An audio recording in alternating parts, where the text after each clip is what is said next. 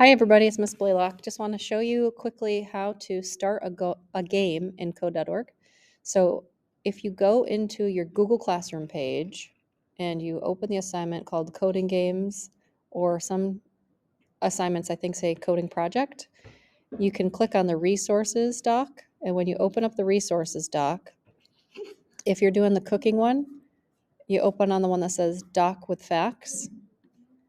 And when you open that up, it tells you all the things that you need to include on your game. So for example, maybe in your game, you're making like a race game and the question might say, what does T stand for? And then if they answer the right answer, teaspoon, then they get to keep going in their race or something like that. So all of the facts that are on this cooking measuring page are what need to be included in your game. So to go back, in Google Classroom under coding, you can either go to coding game or coding project, depends which class you're in. And then you go to the resources to find all the rules. Now, once you're in code.org, make sure that you log in. You're going to press on projects. It's up here at the top in turquoise. Once you hit projects and you save your project, the name is going to pop up down the bottom. So I already started a starter project. I named it starter project. If you don't change the name, it says untitled, and sometimes it's hard to find your project. If you've never started before, click on start a new project, Sprite Lab, and then it will open up a brand new game with nothing in it. It'll say click here to add your costumes and things like that. As you go through the lessons, all of the words that you see in the lessons are all here.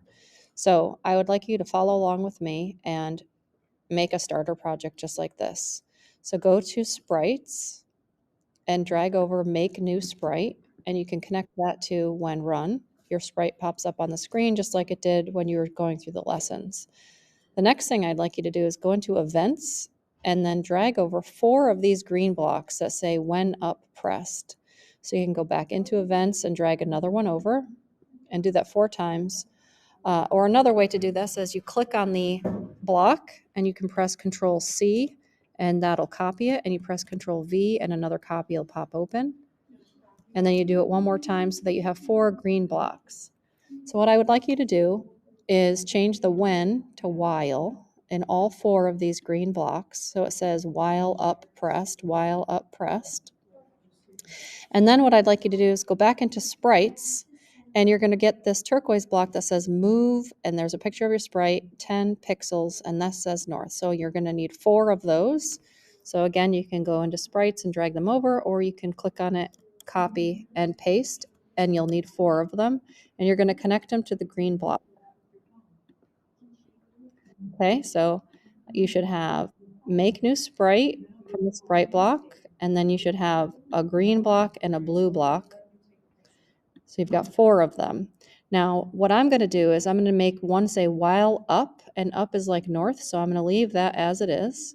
And then I'm going to say while, I'm going to change this one to down. So when down is pressed, I want the sprite to go south.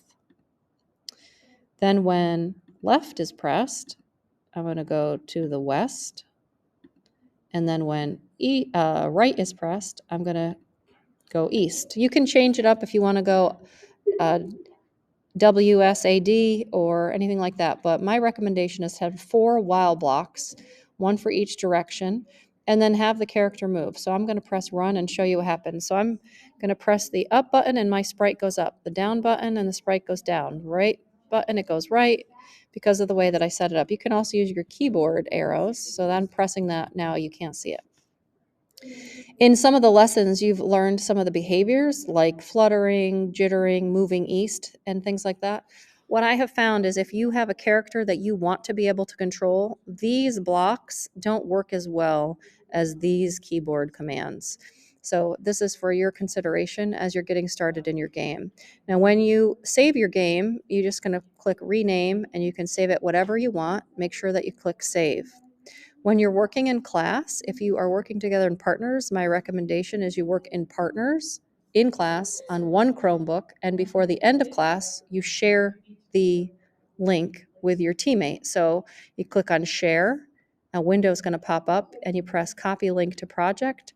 Now it's on your clipboard.